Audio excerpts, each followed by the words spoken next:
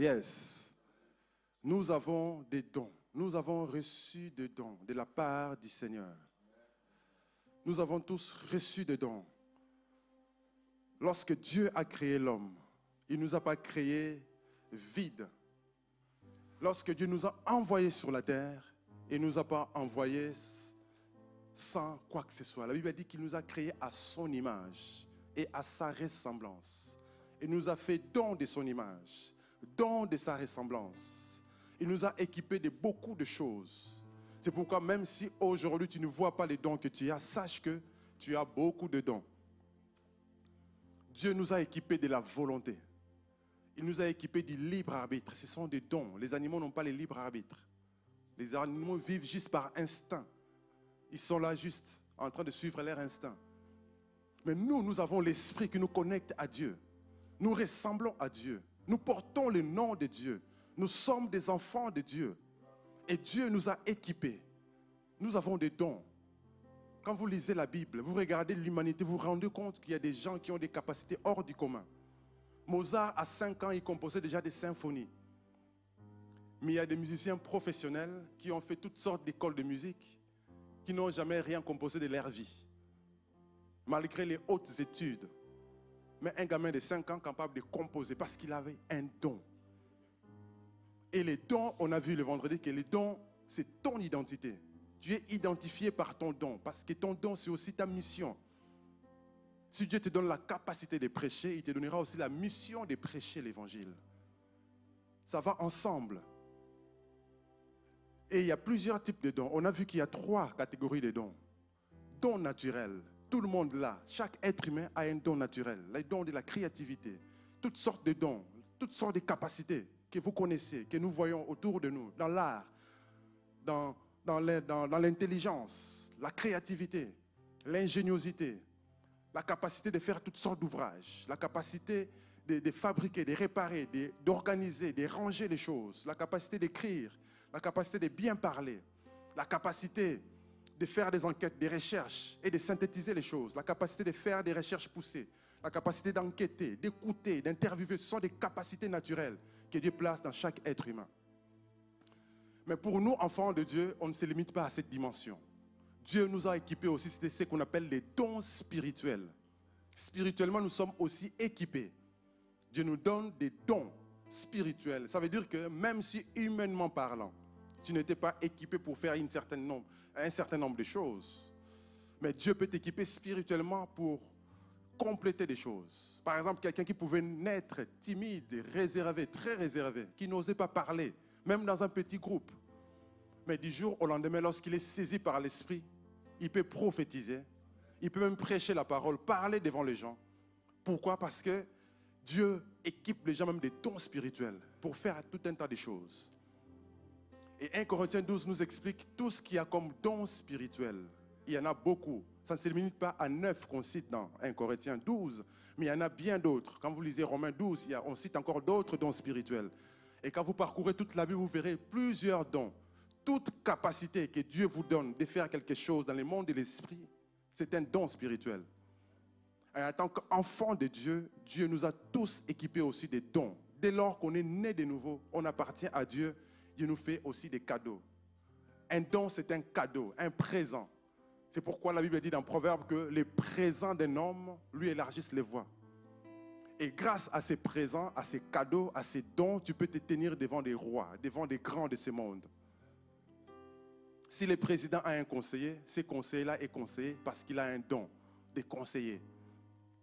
Et face aux crises qu'il y a dans ce monde, les grands hommes, les hommes d'État, les chefs d'organisation courent après les gens qui ont cette capacité de conseiller, de donner des stratégies.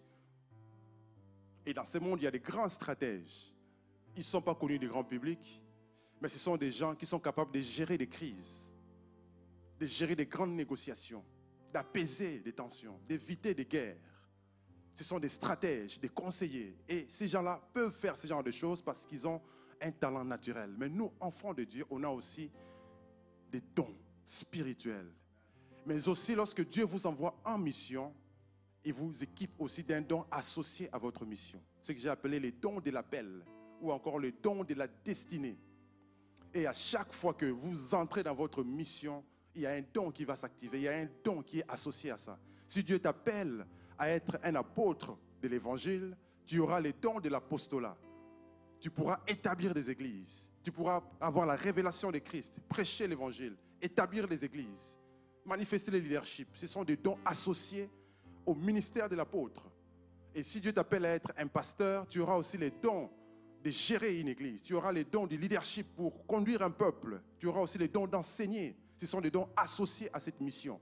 Si Dieu t'appelle comme Bethsalel à faire toutes sortes d'ouvrages, il va t'équiper aussi. Il va te donner la créativité, la capacité de travailler l'or, l'argent, l'airain, de faire de la menuiserie, de fabriquer toutes sortes de choses. Pourquoi? Parce que Dieu t'a appelé à les faire. Amen. Donc la mission ne se limite pas simplement aux gens qui sont appelés à prêcher. Mais chacun est dans son couloir de destinée pour faire ce que Dieu l'appelle à faire. Néhémie n'était pas prêtre, il n'était pas prophète, mais sa mission était de rebâtir le muraille de Jérusalem. Et il l'a fait, et Dieu l'avait oint pour ça. Donc Dieu va aussi te donner l'onction, la capacité, les dons pour faire ce pourquoi tu existes. C'est pourquoi l'une des choses à faire, au lieu de chercher toujours l'argent, cherche aussi à découvrir ta particularité, ton don. Parce que c'est grâce à ces dons que tu deviendras riche, si tu aspires à devenir riche. Et c'est bien pour l'évangile. Parce que ce n'est pas Bill Gates qui va financer l'évangile. Ce sont les enfants de Dieu qui vont financer l'évangile. C'est pourquoi il faut des riches parmi nous. Il y en a qui ne disent pas Amen. Yes, il faut des riches parmi nous. Et la chose qui te rendra riche, c'est ton don. Parce que les dons, c'est un trésor. Et on a défini le mot talent. Lorsqu'on parle de talent, talent, au fait, c'est l'unité de mesure. C'est lorsqu'on mesure un don, le poids du don se mesure en talent. Parce que les talents, c'était une monnaie à l'époque. Quand on dit un talent d'or, c'est plusieurs pièces d'or. L'équivalent d'un talent d'or aujourd'hui, c'est autour de 90 kilos. Quand je parle du talent d'Israël, parce qu'en Grèce ou en Égypte antique, c'était peut-être une autre quantité. C'est pour ça que vous lirez ailleurs, on dira autour de 25 kilos, partout pareil. Ailleurs, on dira 50 kilos. Mais les talents qui viennent d'Israël, les talents d'or qui viennent d'Israël, aujourd'hui, ça équivaut à plus ou moins 90 kilogrammes. Imagine. Donc, c'est du lourd. C'est quelque chose qui pèse. Ça veut dire quoi? Ça veut dire que lorsque ton don se manifeste à un certain niveau, ça va devenir lourd. Et tout le monde verra que tu as un talent quelque part. Quand Messi joue au football, il met tout le monde d'accord. Qu'on l'aime ou qu'on ne l'aime pas, mais les adversaires feront des cauchemars quand Messi est sur le terrain. Parce qu'il a un talent qui est lourd, qui pèse et qui met tout le monde d'accord. Amen. Donc, on a vu le matin comment investir dans les dons de sa destinée. Suivez le message qui est sur Internet disponible. Nous allons continuer maintenant. Aujourd'hui, dans ce culte, on va voir comment devenir un bon dispensateur des grâces de Dieu. Un bon dispensateur. Ces mots-là vous semblent un peu barbares, mais on va expliquer. C'est le genre de termes qui ne se disent plus aujourd'hui. Lorsqu'on parle de dispensateur, on parle d'un gestionnaire, un économe, quelqu'un qui gère, un intendant. Et donc, Dieu nous a donné des dons et c'est à nous de gérer. Ce n'est pas à Dieu de gérer, c'est à nous de gérer. Ce n'est pas à Dieu de faire à notre place, mais c'est à nous de faire. Ce n'est pas à Dieu de faire que notre don grandisse. On a vu le matin comment on peut faire grandir les dons, comment les dons peuvent devenir de plus en plus importants. On avait expliqué ça le matin. Et c'est à nous de gérer. Ce n'est pas à Dieu de gérer notre don. Dieu nous a fait cadeau de ce qu'il a mis à nous comme habilité. Parce que les dons, en réalité, c'est quoi? C'est une capacité qui vient de Dieu pour faire une chose. Et cette capacité, Dieu l'a donnée à tout être vivant. Tout ce que Dieu a créé fonctionne, possède aussi un don. Ça, c'est très important de le comprendre. Chaque chose que Dieu a créée possède un don. Chaque chose que Dieu crée est utile pour l'humanité, pour le monde. Et si les choses ont leur utilité, à combler plus forte raison, nous, les êtres humains. Amen. Nous sommes utiles. C'est pourquoi même si dans ta famille, on te disait toujours, tu ne vaux rien, tu ne sers à rien, il faut dire que c'est des mensonges. Parce que nous sommes équipés. Amen. Alors, lisons 1 Pierre 4, 10 à 11. La Bible dit, comme des bons dispensateurs des diverses grâces de Dieu, que chacun de vous mette au service des autres le don qu'il a reçu. Si quelqu'un parle, que ce soit comme annonçant les oracles de Dieu. Si quelqu'un remplit un ministère, qu'il les remplisse selon la force que Dieu communique, afin qu'en toute chose, Dieu soit glorifié par Jésus-Christ, à qui appartiennent la gloire et la puissance au siècle des siècles. Amen. Donc, lorsqu'on parle des dispensateurs, c'est le mot grec oikonomos.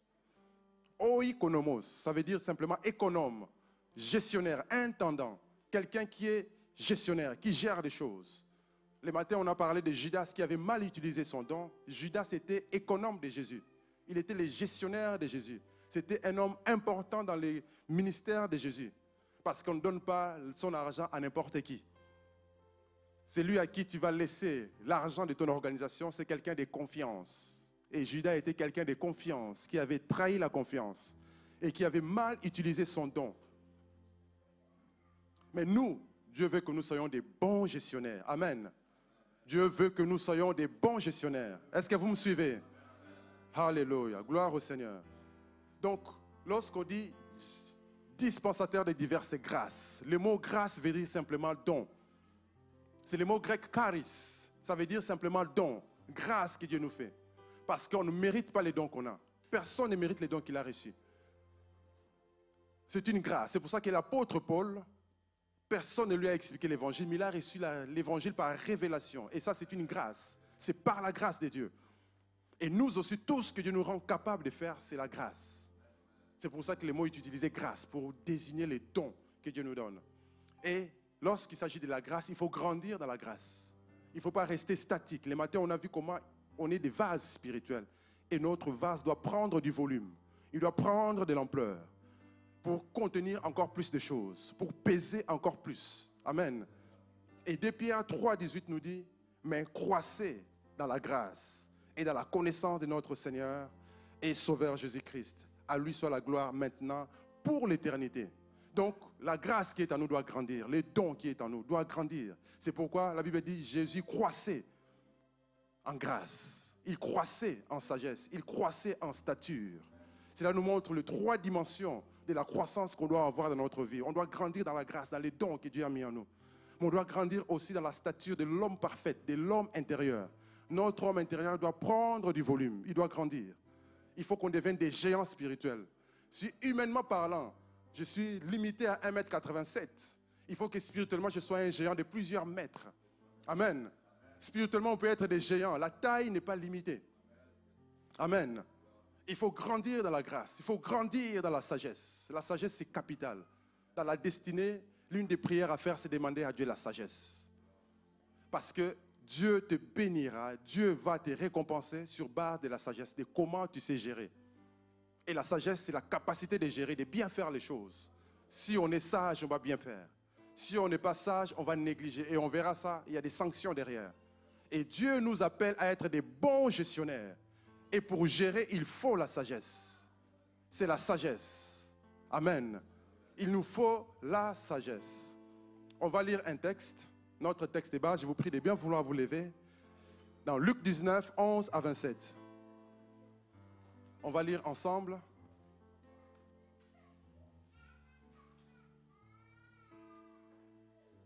Yes. Lisons la parole de Dieu.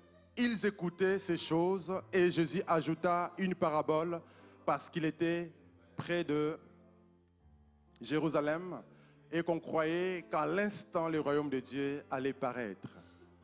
Il dit donc, un homme de haute naissance s'en alla dans un pays lointain pour se faire investir de l'autorité royale et revenir ensuite. Il appela 10 de ses serviteurs, leur donnant 10 mines et leur dit, faites-les valoir jusqu'à ce que je revienne. Mais ses concitoyens les haïssaient et ils envoyèrent une ambassade auprès de lui pour lui dire, nous ne voulons pas que cet homme règne sur nous. Lorsqu'il fit de retour, après avoir été investi de l'autorité royale, il fit appeler auprès de lui les serviteurs auxquels il l'avait donné l'argent afin de connaître comment chacun l'avait fait valoir. Les premiers 20, et il dit, Seigneur, ta mine a rapporté 10 mines. Et il lui dit, c'est bien, bon serviteur, parce que tu as été fidèle en peu de choses, reçois le gouvernement des 10 villes.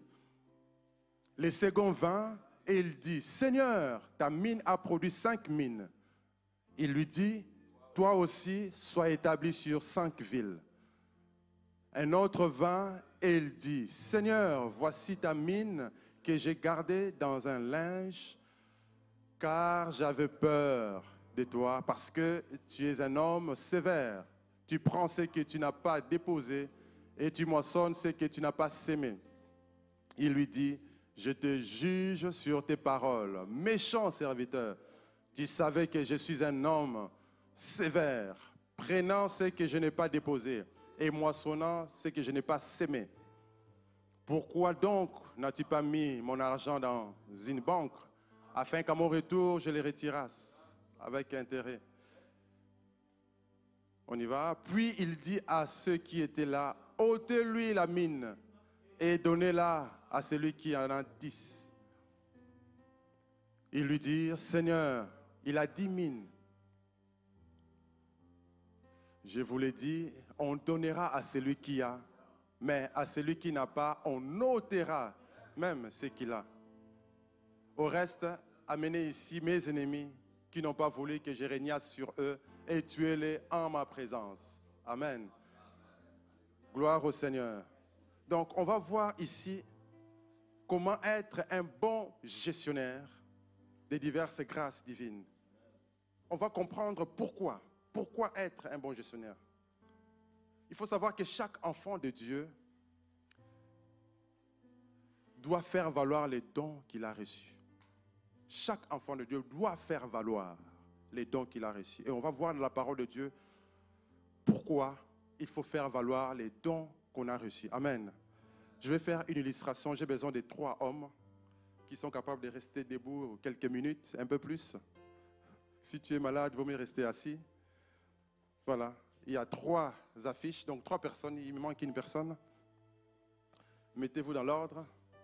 Voilà. Fidèle ici, les moyens au milieu et l'autre serviteur à côté. Donc, regardez ici. Donc, on a 3 types de personnes, 3 types de gestionnaires. On a un gestionnaire qui est fidèle, un gestionnaire qui est moyen et un gestionnaire qui a été qualifié de méchant par les seigneurs. Et lui, il n'est pas méchant, il est très gentil, très fidèle d'ailleurs. Amen. Donc, 3 types de gestionnaires. Il y a les gestionnaires fidèles. La Bible dit qu'il a reçu un talent, une mine. Tout le monde a reçu une mine. Dieu a été juste. Ce n'est pas comme parabole des talents où il y en avait qui avaient reçu plus. Ici, match nul au départ. Chacun a une mine. On a tous reçu la même chose. Dieu nous donne quelque chose et il s'en va. Il veut savoir comment est-ce qu'on va gérer ce qu'il va nous donner. La gestion, c'est notre part. Les dons, c'est ce que Dieu donne. Dieu nous a tous équipés des dons. C'est à nous maintenant de travailler pour qu'on soit dans ces catégories. Et le plus important, c'est d'être là. Le premier, la Bible dit qu'il a été fidèle. Il a été félicité. C'est le seul qui a été félicité. Fidèle et bon serviteur. Donc, lorsqu'il a rapporté 10, avec 1, il a rapporté 10. Donc, il a bien bossé. On ne sait pas comment il a travaillé.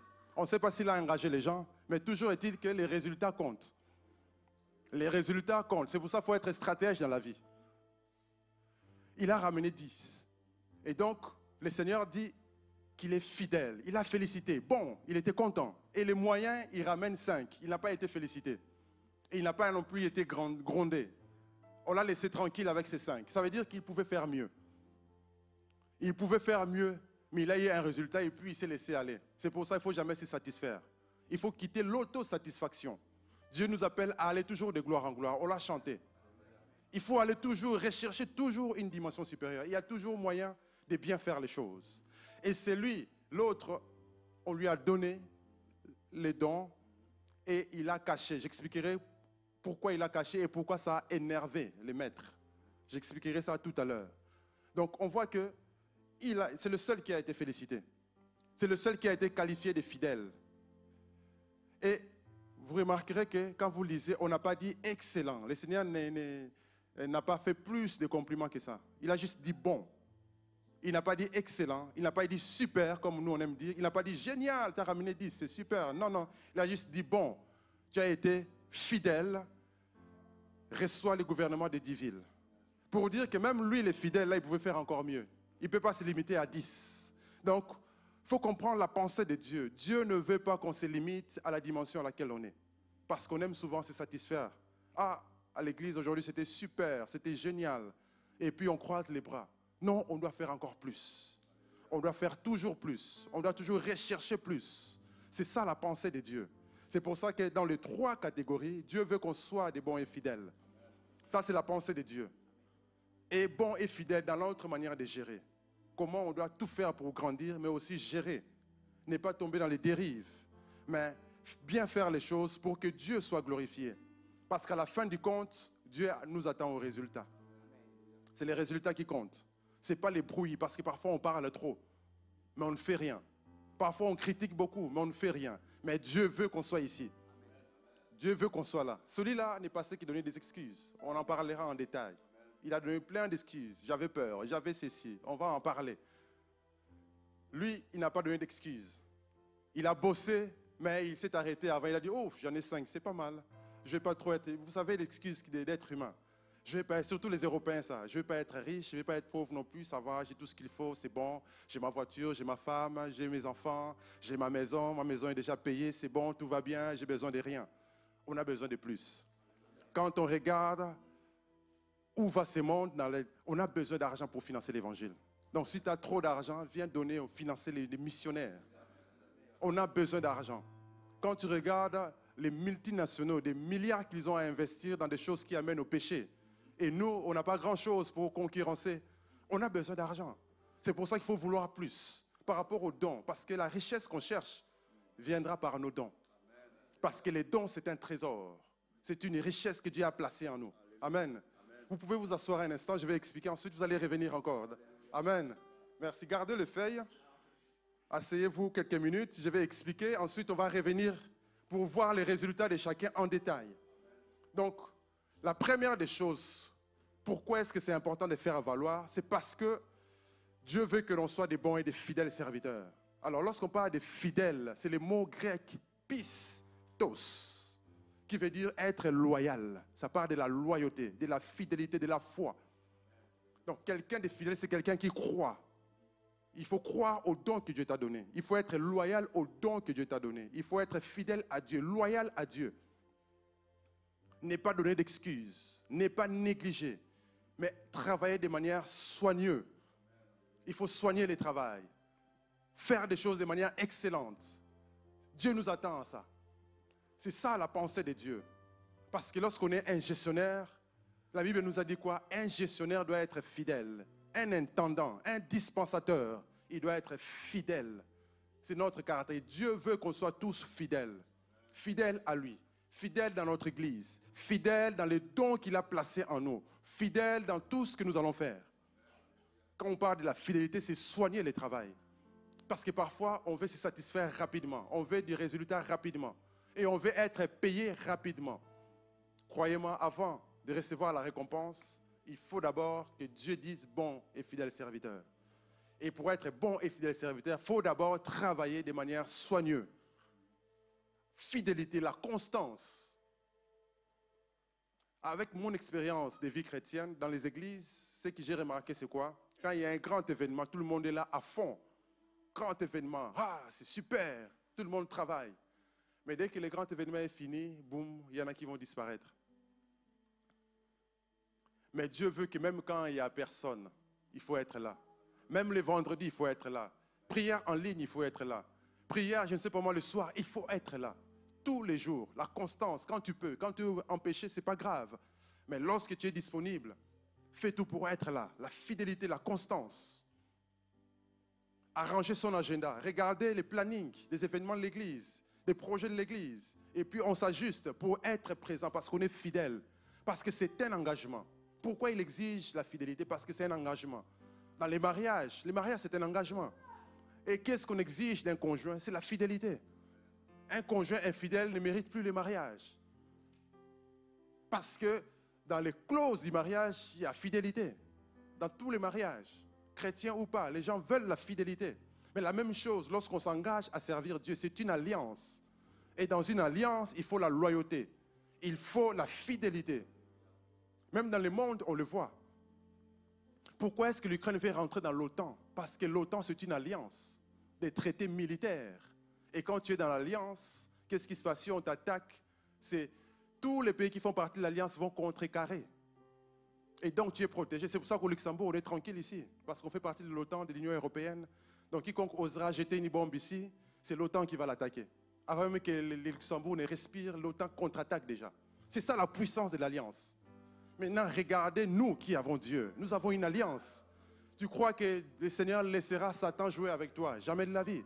On fait partie de l'alliance. Et dans l'alliance, il faut la fidélité. Notre part, Dieu attend de nous la fidélité. On sera jugé si on a été fidèle ou non. Dieu ne veut pas d'excuses. Dieu sait dans quel monde nous vivons. Dieu sait qu'on est occupé. Dieu sait qu'on doit payer des factures. Dieu sait qu'on a des enfants à l'école. Dieu sait qu'on doit faire les devoirs. Et Dieu sait aussi qu'on doit travailler. Dieu sait aussi qu'on est fatigué. Mais il attend de nous la fidélité. On doit tout faire pour être fidèle. On doit tout faire pour remplir notre contrat de fidélité. Amen. Donc Dieu veut qu'on soit fidèle. Et lorsqu'on parle un gestionnaire c'est un planificateur. On ne fait pas des choses au hasard. On a un agenda. On a des dates clés. Tout est placé. Parce que lorsqu'on aura besoin de soi, on répondra présent. Parce que dans notre agenda, on sait ce qu'on doit faire. On ne vit pas au hasard, du jour au lendemain. Parce que ceux qui n'ont pas d'agenda, tantôt on l'appelle à gauche, il va, à droite, il va, partout il va. Il n'est pas consistant. Mais quelqu'un de fidèle, un gestionnaire, il a un agenda, il respecte son agenda. Et Dieu veut qu'on respecte notre agenda. Et ça commence dans notre propre vie, dans notre foyer, dans l'église. Si on est responsable, ou même si on participe dans les ministères, on doit être fidèle. On doit gérer notre temps. On doit être constant dans les engagements. On doit avoir le sens des responsabilités.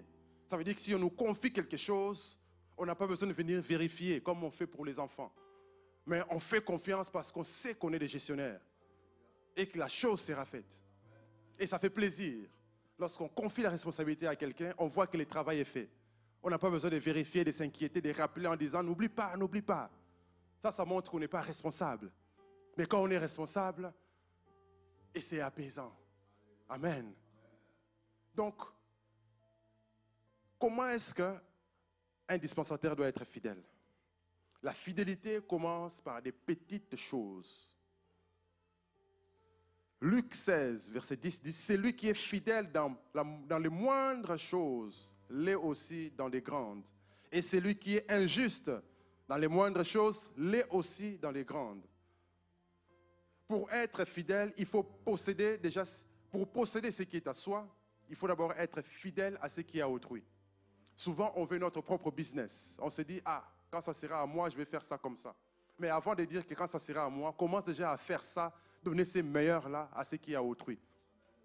Si tu travailles pour un patron, donne les meilleurs à ton patron. Si tu travailles ici dans l'église, nous faisons les ministères, donnons les meilleurs.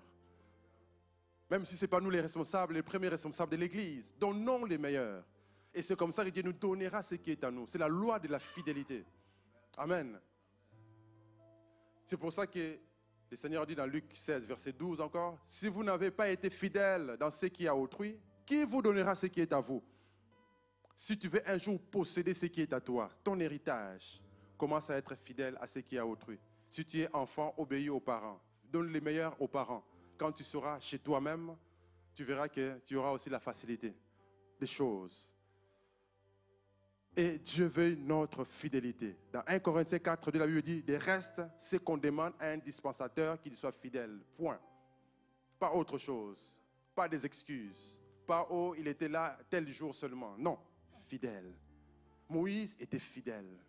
quand on lit sur Moïse, on dit qu'il était fidèle en toutes choses.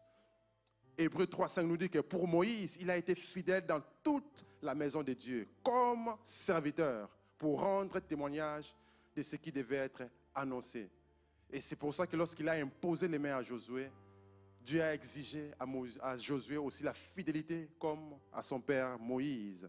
C'est pour ça qu'il dit dans Josué 1,7, fortifie-toi seulement et bon courage, en agissant fidèlement, selon toute la loi que Moïse, mon serviteur, t'a prescrite.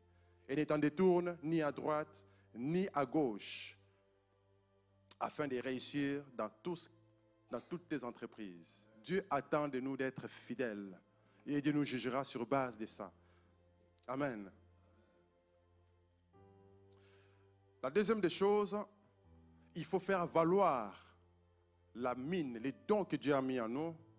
Cela montre au fait qu'on n'a pas peur et qu'on n'a pas d'excuses. Cela montre qu'on n'a pas peur, qu'on n'a pas d'excuses. Ça, c'est la deuxième des choses. Pourquoi la peur? Parce que le serviteur qui a été méchant, qui n'a pas fait valoir son don, il a dit qu'il avait peur. Il a donné une excuse. C'est juste une excuse. Il est juste en train de donner des excuses. Et dans la société, là où nous travaillons, dans nos voisinages, on entend toujours des excuses. Si les Africains vont accuser leur chef d'État, qu'il est dictateur, ensuite le chef de l'État, lui, va accuser la France en disant que la France est en train de faire la France-Afrique, c'est compliqué. Et si c'est ici en Europe, on va accuser Macron, on va accuser l'Europe, on va accuser l'Amérique, ainsi de suite. Les gens se plaignent toujours, donnent des excuses. Mais il faut prendre sa responsabilité. Dieu veut qu'on prenne notre responsabilité. C'est vrai que les choses ne sont pas simples. Mais Dieu veut notre responsabilité. Pourquoi est-ce qu'il a dit qu'il avait peur? Parce que c'était une excuse. C'était un moyen d'échapper.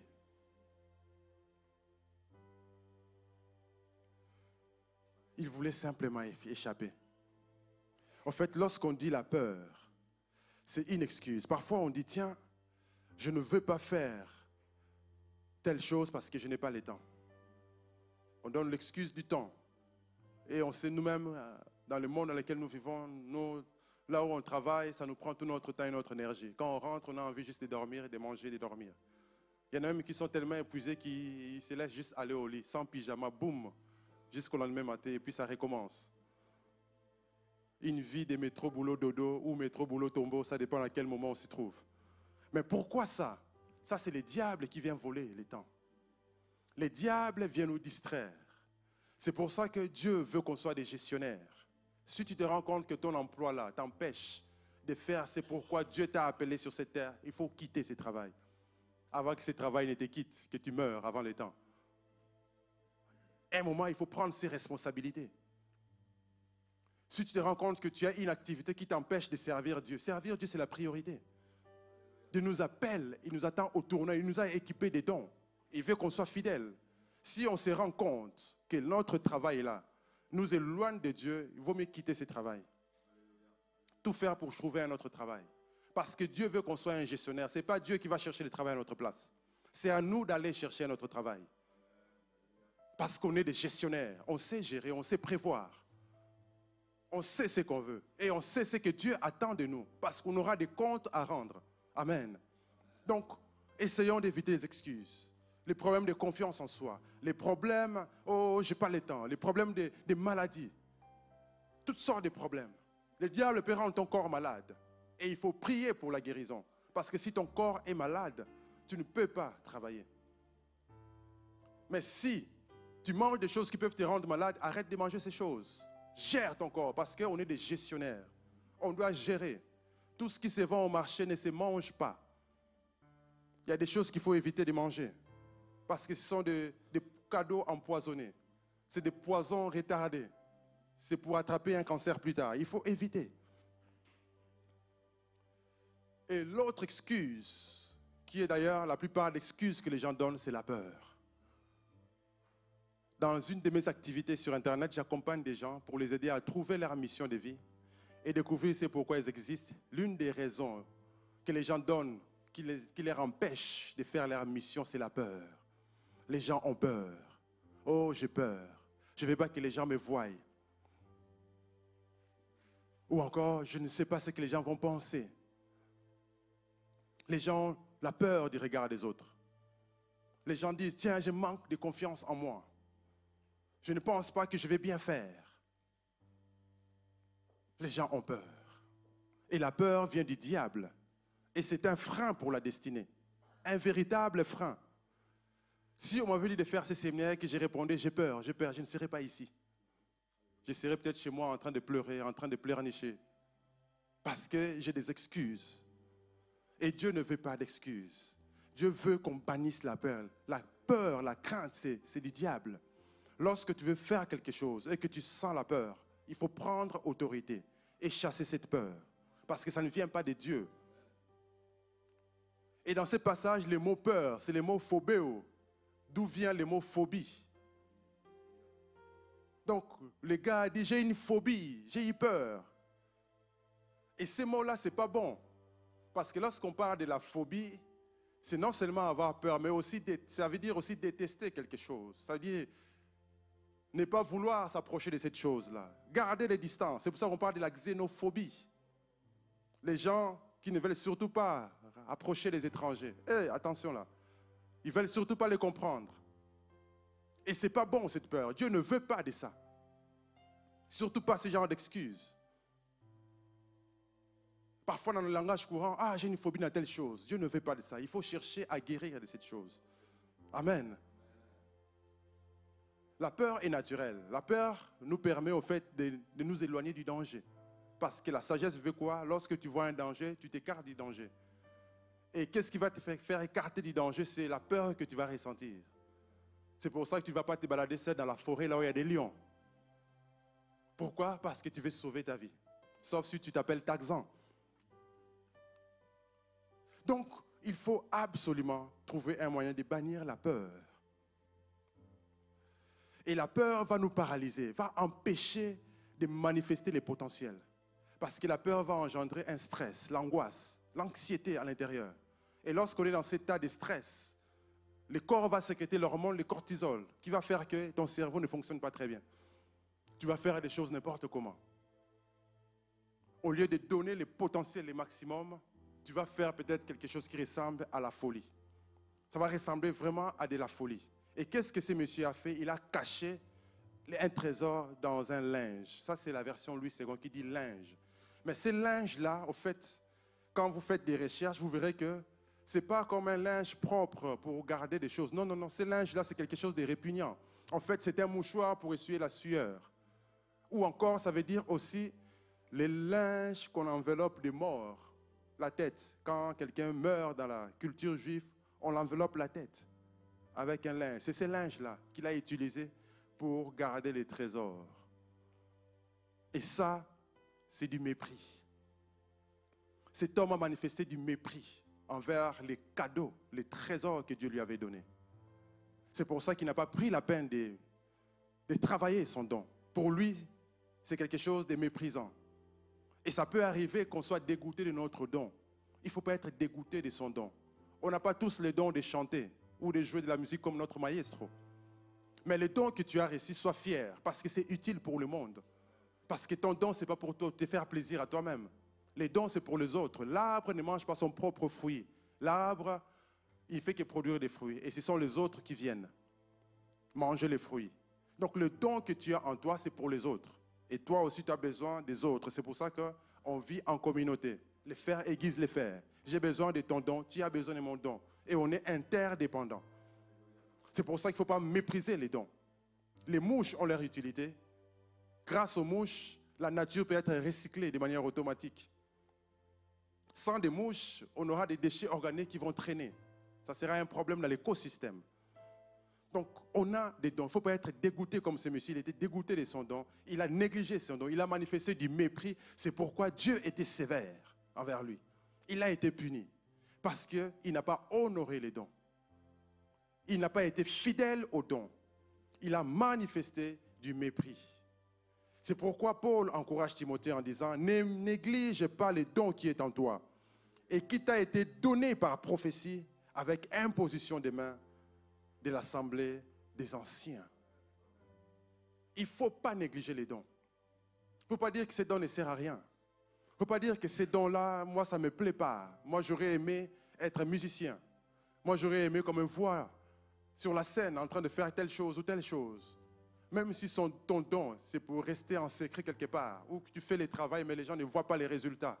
Ce n'est pas grave, sois fidèle. Au plus tu es fidèle, au plus Dieu te récompense. On va voir ça dans le troisième point. Au plus tu seras fidèle, au plus Dieu va te récompenser. C'est pour ça que le matin, lorsqu'on a vu la vie de l'apôtre Pierre, au départ, son don, c'était pêcheur d'hommes. Il était évangéliste, gagneur d'âmes.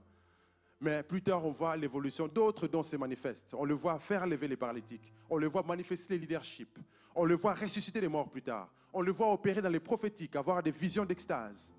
Mais tout a commencé en étant fidèle en un seul don. Et Dieu ajoute. Et Dieu ajoute. Dieu ajoute. Mais il faut être fidèle dans le premier don. Tu veux plus, sois d'abord fidèle dans une chose. Parfois, on a ce syndrome de l'objet brillant, où on veut toujours des choses clinquantes, des choses qui sont cool, comme des enfants. Mais en réalité, soyons fidèles dans ce que Dieu nous a donné. Même si c'est un don, comme on dit, des travails ingrats, des travails qui ne se voient pas à l'œil nu. Mais il faut être fidèle. Et Paul disait toujours à Timothée, ne laisse pas dormir les charismes. En fait, ce qu'on a lu là, ne néglige pas les dons. Ça veut dire ne laisse pas dormir. Cet homme a laissé dormir les trésors qu'il avait. Et de plus, dans un linge vraiment négligeable, il a manifesté du mépris. Et ça, Dieu ne veut plus. Et Dieu nous dit qu'il ne nous a pas donné un esprit de servitude. Il nous a donné un esprit d'adoption par lequel nous crions « Abba, Père ». Et il a dit dans 1 Jean 4, 18 que la crainte n'est pas dans l'amour, mais l'amour parfait bannit la crainte. Car la crainte suppose les châtiments. Et celui qui craint n'est pas parfait dans l'amour. Soyons parfaits dans l'amour. Aimons Dieu, aimons ce qu'il a mis en nous. Et utilisons ce qu'il a mis en nous. Soyons des bons gestionnaires.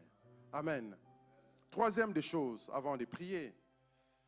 Pourquoi est-ce qu'on doit faire valoir les dons que Dieu a mis en nous? C'est parce qu'on sera jugé sur base des résultats. Dieu n'a pas besoin d'excuses, Dieu veut le résultat. En fin de compte, il nous a donné une mine. Combien est-ce qu'on a rapporté? Combien est-ce qu'on a rapporté? C'est la question qu'il a posée à chaque serviteur. Combien as-tu rapporté? Combien as-tu rapporté? Et Dieu aujourd'hui peut nous poser la question jusque-là. Il n'est pas encore de retour. Mais jusque-là, combien est-ce qu'on a rapporté par rapport aux dons que Dieu a mis en nous? Et sur ce point-là, Dieu, c'est un homme d'affaires très dur, très sévère. Parce qu'il a investi son propre Fils unique, Jésus, pour qu'on soit là où on est aujourd'hui. Et il nous attend au tournant. Il veut qu'on soit des bons gestionnaires. Parce qu'il veut des résultats. Dieu veut des résultats. Dieu veut des résultats. Il veut absolument qu'on lui rende ce qu'il a mis en nous. Amen. Est-ce que c'est clair pour tout le monde? Est-ce que c'est bon jusque-là? Gloire au Seigneur. Les résultats, c'est le jugement. Dieu ne veut pas qu'on juge notre frère. Dieu ne veut pas qu'on juge notre sœur. Dieu ne veut pas qu'on juge l'église du voisin. Mais Dieu veut qu'on montre les résultats de ce qu'on a fait. C'est pour ça que des débats où est-ce que les catholiques là vont aller au ciel? Est-ce que les catholiques? Laissons les catholiques tranquilles.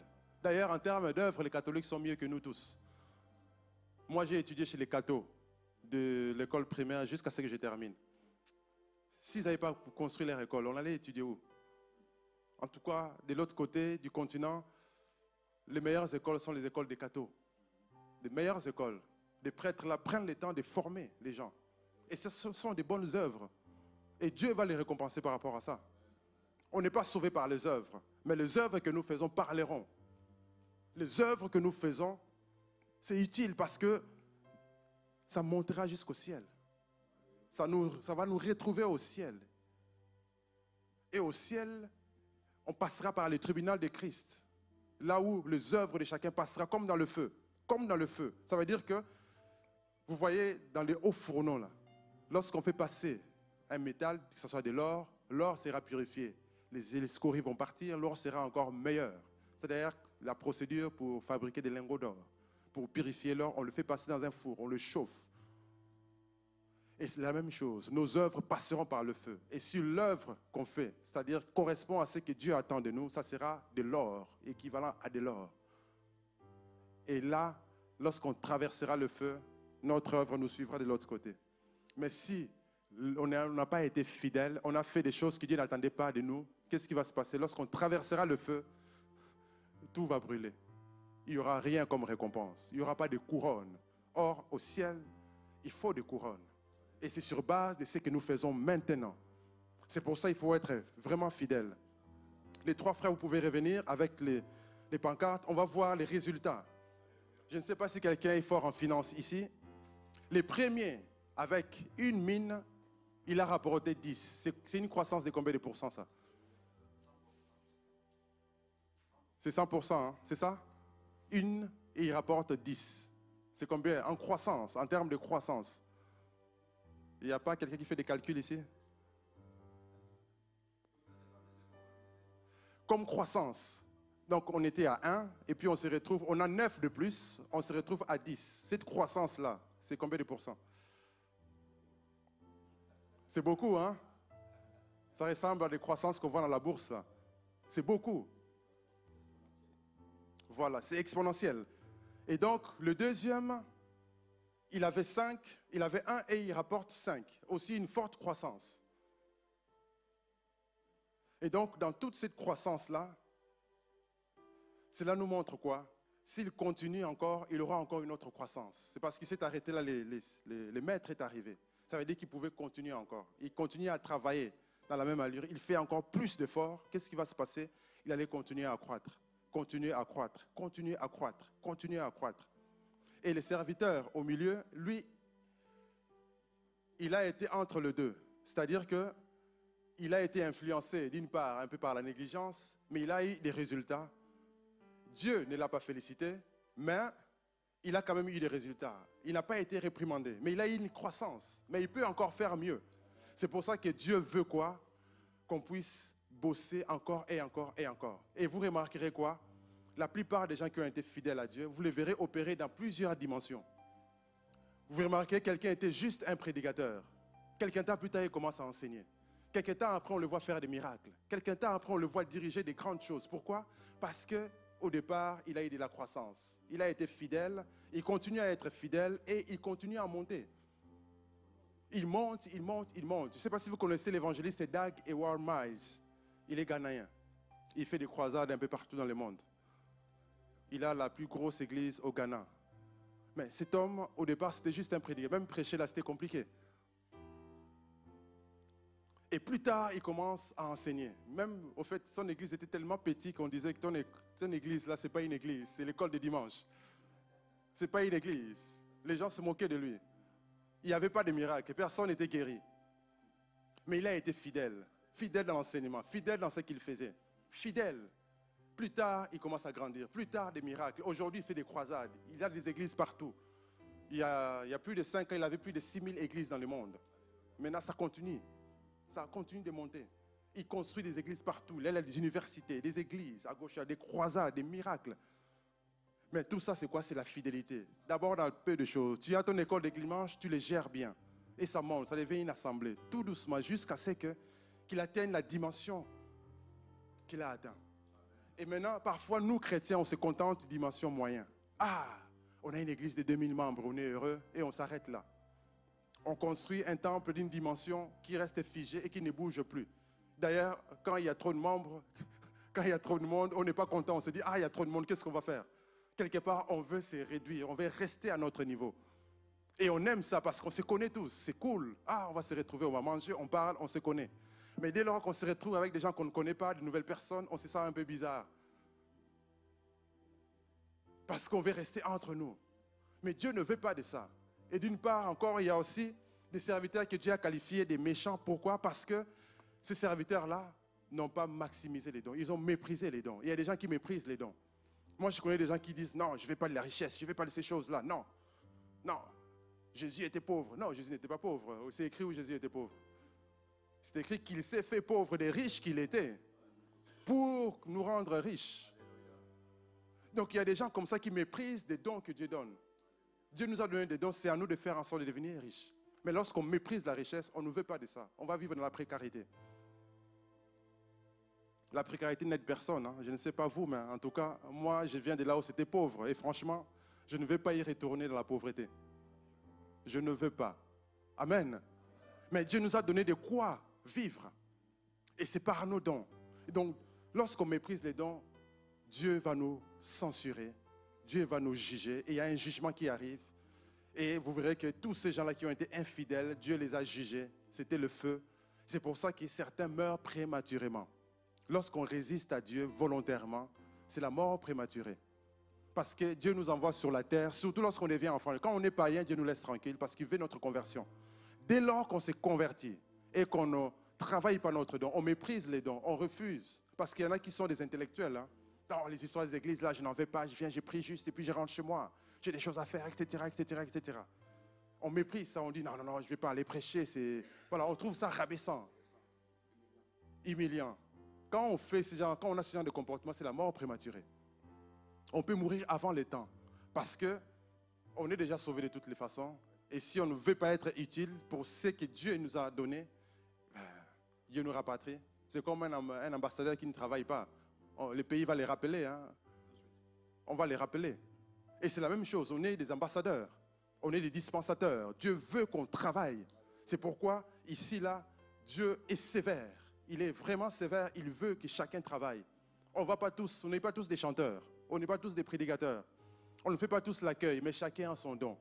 Et chaque don est utile pour ce monde. Amen. Chaque don est utile. C'est pourquoi, merci beaucoup, frères et sœurs, on va prier maintenant. On va prier pour que Dieu nous aide à aimer notre don, à maximiser notre don. Mais avant de prier, je vais vous donner quand même des clés pour investir dans son don. Je vais vous donner quelques clés importantes rapidement avant de prier parce que l'heure est vraiment avancée. Quelques recommandations pour investir dans ces dons. Il faut absolument comprendre sa destinée parce que les dons sont associés à ta destinée. Comprends ta destinée. Comprends quel est ton appel parce que les dons que tu as est associé à l'appel. Les dons, c'est le travail, c'est la capacité de faire ta mission. Amen. Et il faut avoir une vision globale, comprendre tous les dons que tu as, avoir une vision claire de tout ce que Dieu met en toi comme capacité. Troisième recommandation, il faut croire en tes capacités. Crois en tes capacités. Ne néglige pas. N'aie pas peur. Crois. Il faut croire. Amen. Quatrième recommandation, il faut vivre selon les règles et les principes qui vont protéger ton don. Si Dieu te donne les dons de chanter, fais tout pour protéger ta voix. C'est ta richesse. Dieu te donne les dons de jouer des instruments. Tes doigts, il faut les protéger. Les travaux manuels, il faut éviter. De préférence. Protège tes doigts. Parce que si tu casses un doigt, c'est fini. Un footballeur doit protéger ses jambes et ses mains pour l'équilibre. Important. Soigner l'image, l'hygiène de vie, il faut le soigner. Il faut se créer des règles parce qu'on a des valeurs. Il faut être quelqu'un de principes. Il faut mettre des principes pour pouvoir vivre et faire émerger ses dons. Ensuite, il faut avoir un plan de croissance, un plan à suivre. Il faut se dire que chaque jour, chaque semaine, je fais telle activité, parce que ça va me conduire à me performer, à m'améliorer dans mon don. Un plan de croissance. À l'église, on a fait des plans de croissance, tous les responsables, et c'est très bien. Moi, dans mes plans de croissance, je lis un livre par mois. J'ai un certain nombre de prières à faire. J'ai des podcasts que j'écoute. J'ai fait tout un tas de choses pour continuer de grandir, pour ne pas rester statique, ne pas limiter là où je suis, mais pour continuer de grandir.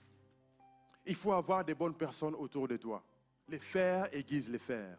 Quand tu connais quelqu'un qui est habile, qui fait ce que tu fais, associe-toi à cette personne pour que vous puissiez ensemble grandir. Amen.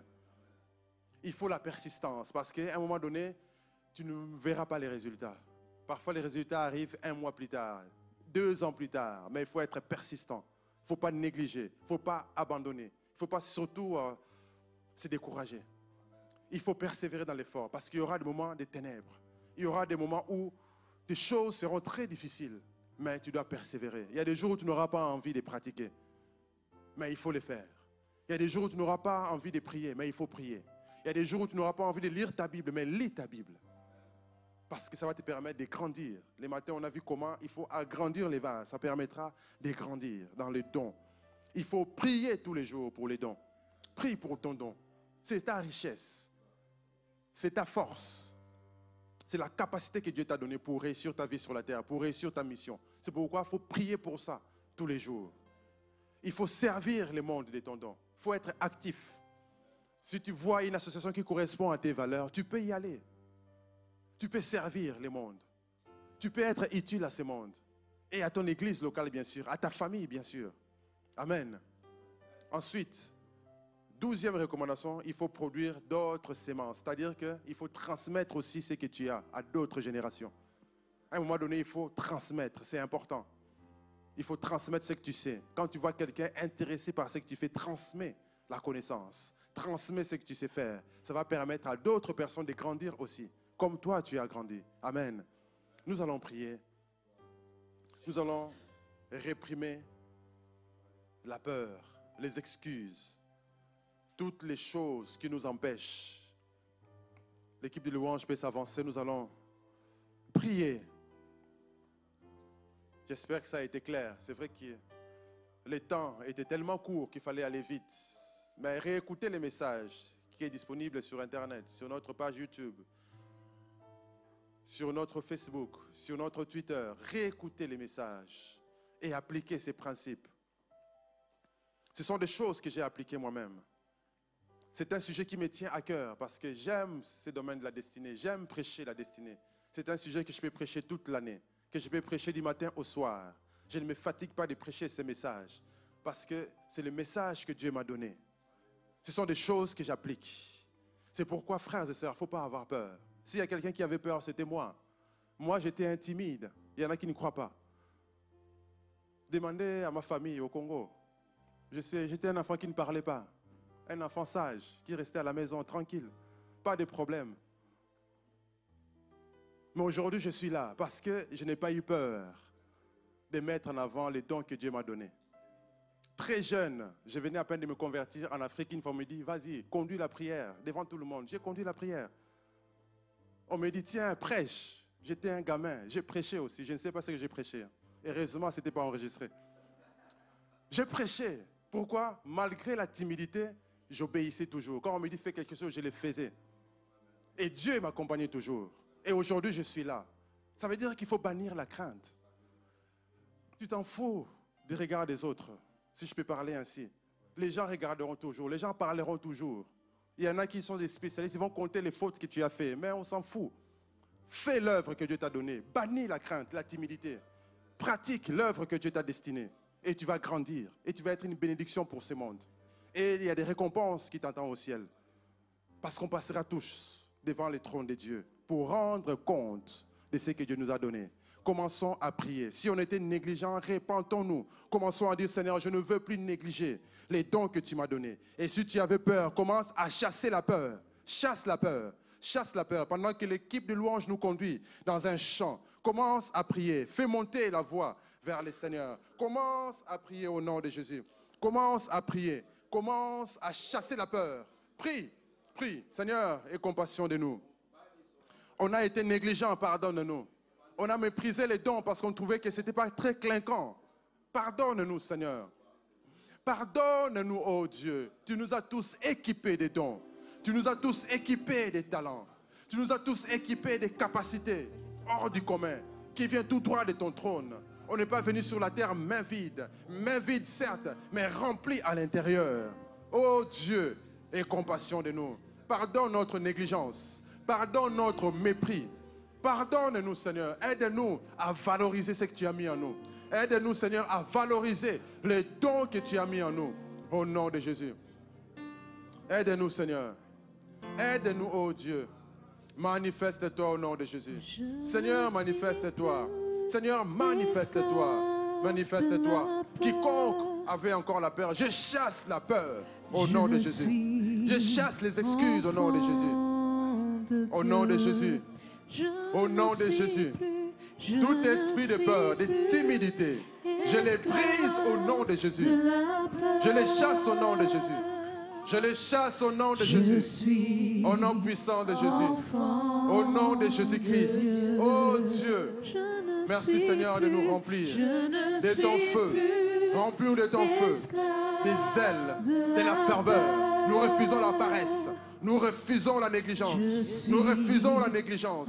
Donne-nous la force de travailler tous les jours pour nous perfectionner dans les dons que tu nous as donnés au nom de Jésus. Oh, merci Seigneur. Merci Seigneur, aide-nous. Nous te rendons toute la gloire. Nous te rendons toute la gloire. Au nom de Jésus-Christ. Au nom puissant de Jésus. Merci Seigneur. Merci pour les dons. Merci pour la capacité. Merci Seigneur de faire de nous des bons dispensateurs de grâce. Désormais, Père, on va gérer correctement ce que tu as mis en nous. Désormais, on va s'élever pour travailler afin que ton œuvre puisse avancer. Au nom de Jésus-Christ. Manifeste-toi. Manifeste-toi, Seigneur. Aide-nous à être des bons gestionnaires. À ne pas donner des excuses, mais à prendre nos responsabilités sur base du don que tu as placé en nous. Et que ces dons soient valorisés. Et que le monde entier voit que nous avons des dons. Au nom de Jésus. Au nom de Jésus. Au nom de Jésus-Christ. Au nom de Jésus-Christ. Au nom de Jésus-Christ. Au nom puissant de Jésus. Au nom de Jésus. Merci Seigneur. Merci pour la force. Merci Seigneur pour le courage que tu nous donnes. À toi soit la gloire. À toi soit la puissance. Dans le nom de Jésus. Gloire à ton nom Seigneur. Gloire à ton nom Jésus. Merci Seigneur. À toi soit la gloire au siècle des siècles. Béni sois-tu Seigneur. Au nom de Jésus. Au nom de Jésus. Au nom de Jésus. Seigneur, maintenant je prie. Je réprime la peur au nom de Jésus. Quiconque était paralysé par la peur, au son de la voix, nous sommes nombreux ici connectés avec l'onction corporative qui est dans cette maison. Au nom de Jésus, nous réprimons la peur. Esprit de peur, tu quittes le corps. Au nom de Jésus, nous te chassons. Va dans les lieux arides au nom de Jésus. Libère le corps, libère les vies. Au nom de Jésus, au nom puissant de Jésus, nous réprimons l'esprit de peur. Nous réprimons l'esprit de timidité. Au nom de Jésus. Et que chacun soit rempli par l'esprit d'amour, de force. Au nom de Jésus. Merci Seigneur.